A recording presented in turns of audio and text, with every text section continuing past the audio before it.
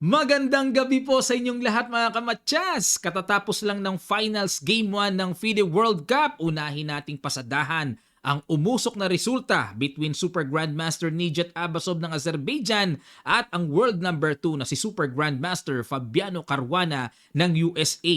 Bago tayo magsimula ay nagpapasalamat po akong lubos sa lahat ng buhos na sumuporta, nanood sa ating streaming sa YouTube at sa Facebook.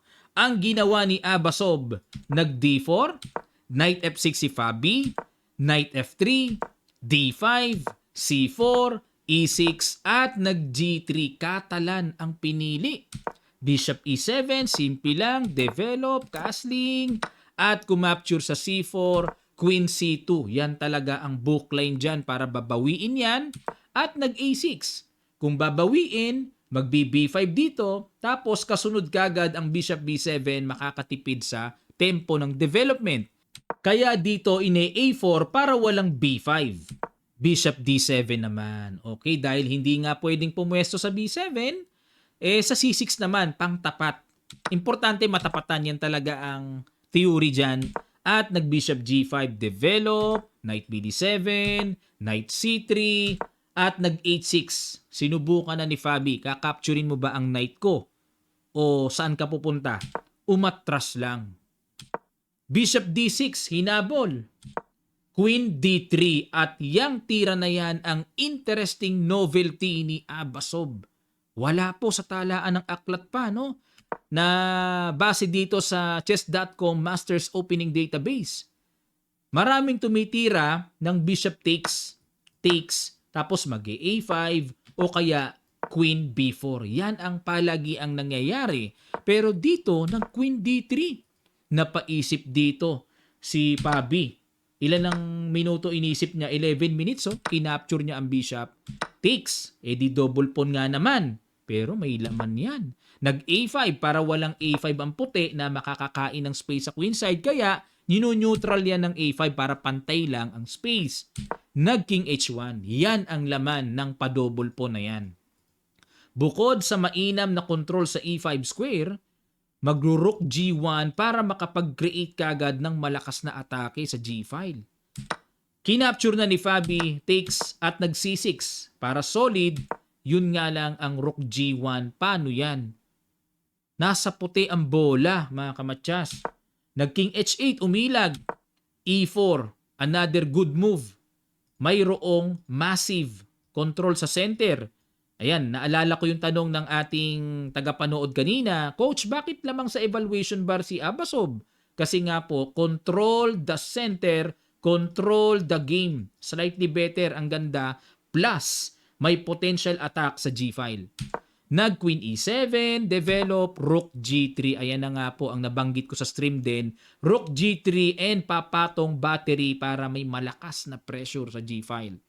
At nag-Rook A D8, syempre kailangan counter pressure.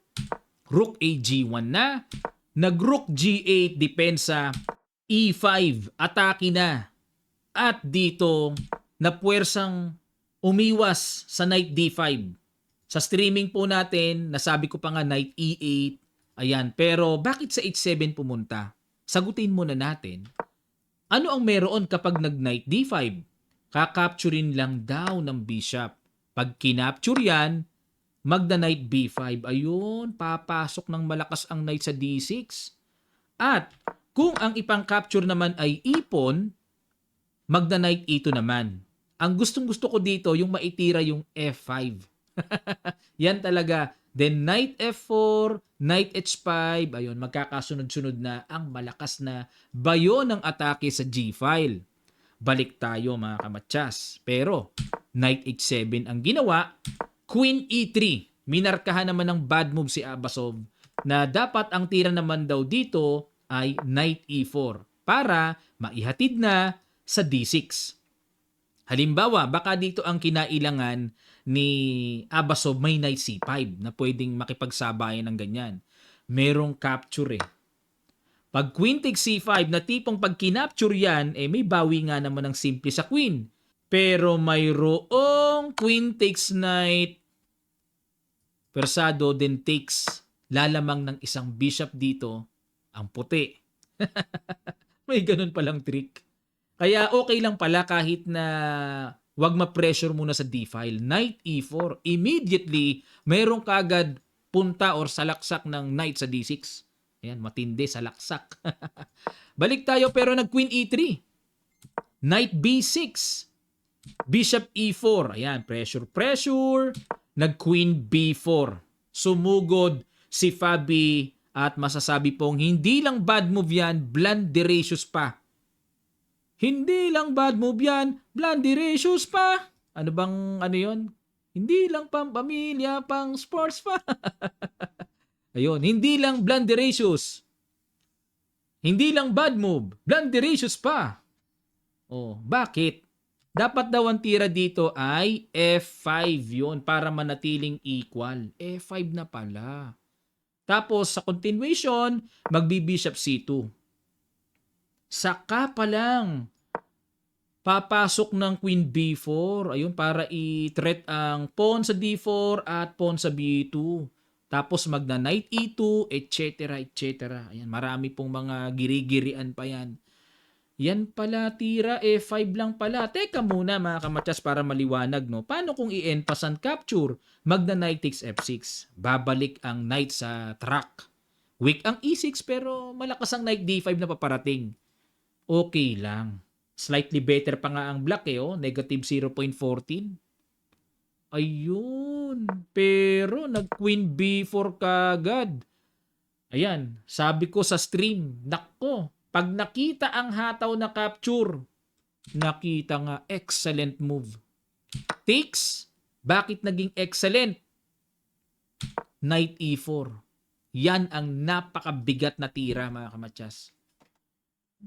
Square clearance ang ginawa oh. Pag capture, hindi lang basta capture pero ang purpose ay mabakante ang E4 square magamit ng knight. Pupunta sa D6. Yan ang malakas. At dito, napabalik Queen E7. Ayan. Tinanong ko ito sa stream kanina. May tanong tayo. Dalawa ang pwedeng kumapture dyan. Diba? Kapag nag-Queen takes D4, ano ba ang nakahanda ditong gagawin ni Abasov? Pampasil ito. Kung bakit di ginawa ni Fabian. Pag-guess ko uli sa inyo ngayon mga kamatyas, pangdagdag pattern at familiarization, sa ilang sandali lang, tutuloy kagad natin. Ano ang excellent move ng white? Start.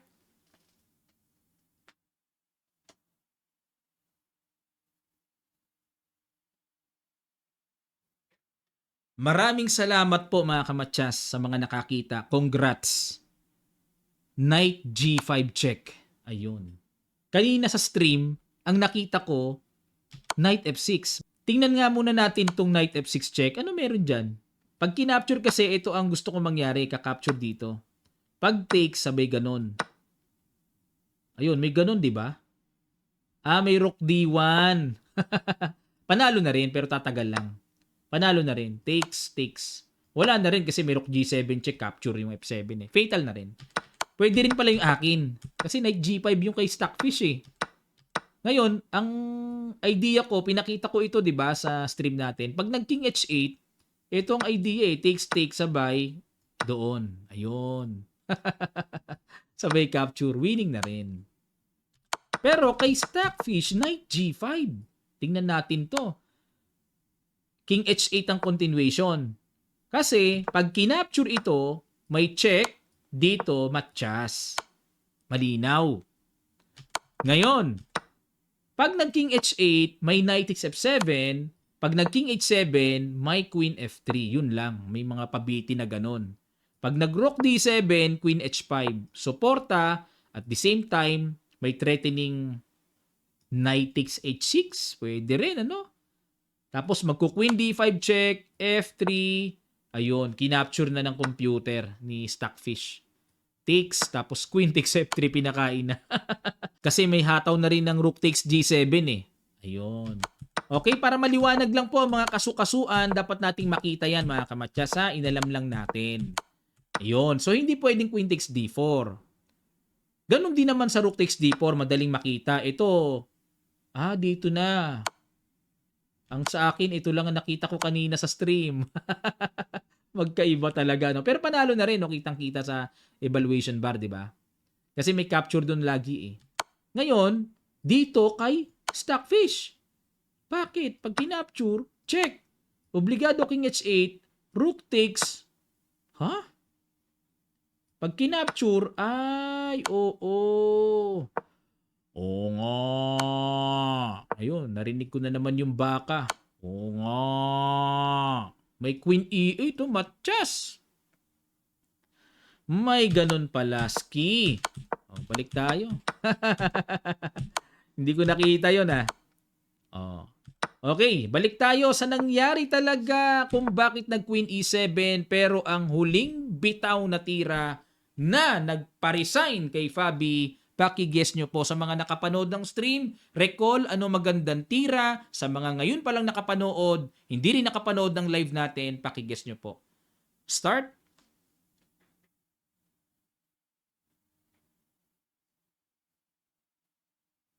Thank you so much mga kamatsas. Salamat. F5, excellent move. Resign si Fabi. Bakit nag-resign? Isa-isahin natin. Pag kinapture kasi yan, mayroong knight to F6 check. Pag kinapture ng pawn, may queen takes pawn sacrifice check. Pwersadong capturein, then rook H3. Goodbye. Machas. Ngayon, kung magki-king H8 naman, may queen takes H6 pa rin. Ayan, tinuturo ko kanina to sa araw sa... pinakita ko rin pala sa live streaming ito. Ayun, matchas. Matchakaw ang paparating. Sari-sari, napakarami.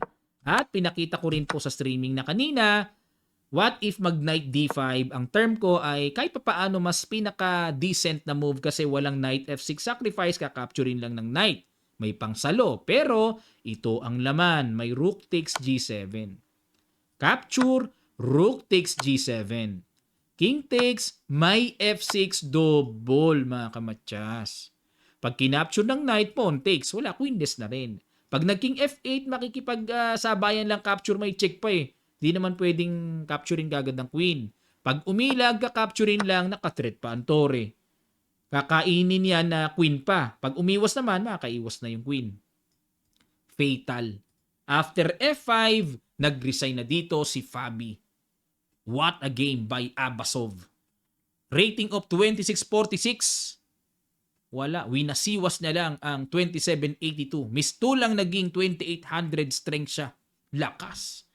26 moves lang. Resign ang world number 2 sa live rating ngayon. Bukas, itatabla na lang niya, bronze medal na siya, at secure the slot for the coming FIDE candidates for World Championship. Galing ni Abasov. Palakpakan ng mga taga-Azerbaijan yan sigurado. Abangan natin bukas ang game number 2 mga kamatsas. Magla-live uli tayo. Suporta uli kayo sa YouTube at sa Facebook natin. Okay, kina Magnus po, sasabihin ko na dry na tabla lang ang nangyari. Kaya dito na lang tayo mag-focus. Tabla po nangyari, walang mixture ng ng mga gulo-gulo eh. Oo, medyo mabait pa si Magnus kasi mabait kay Prague ito eh. Pero bukas magwa-white si Magnus, tingnan natin ang kasalbahian ni Magnus bilang founder ng Pilit Boys Team. Tingnan natin kung magiging salbahe or mananatiling mabait. Aabot pa sila sa tiebreaker, doon magkakatalo sa rapid. O, abangan natin. Salamat po mga kamatsas. Sa mga gusto pong mag-avail ng ating kamatsas merchandise, ang link ay nasa comment section below lang. Click nyo na para makapamili kayo. Pipirmahan po natin kung gusto nyo at papadala namin sa inyo door to door saan man ang inyong address dito sa Pilipinas. Maraming salamat!